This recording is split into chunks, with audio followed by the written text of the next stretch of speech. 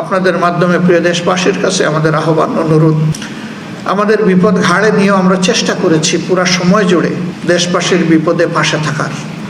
এমনকি ফ্যাসিস্ট সরকার বিদায় নেওয়ার পরেও আমরা চেষ্টা করেছি আমাদের গর্বের শহীদ পরিবার, আহত পঙ্গু ভাই বোনদের পাশে থাকার। কিন্তু আমরা এটা বিশ্বাস করি যে আমরা আমাদের পুরা কর্তব্য আদায় করতে পারিনি, আমাদের অনেক সীমাবদ্ধতার কারণে। একসময় আমাদেরকে করতেই দেওয়া হতো না, এখন অনেক সীমাবদ্ধতা আমাদের আছে। আপনারা আমাদেরকে ক্ষমা করবেন।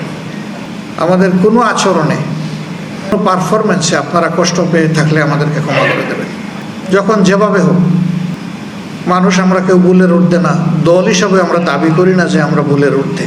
এই সংগঠনের প্রতিটি কর্মী, সহকর্মী কিংবা দলের দ্বারা যে যেখানে ক্ষতিগ্রস্ত হয়েছে, কষ্ট পেয়েছে, সবার কাছে কোনো শর্ত নাই, বিনা শর্তে মাপছে।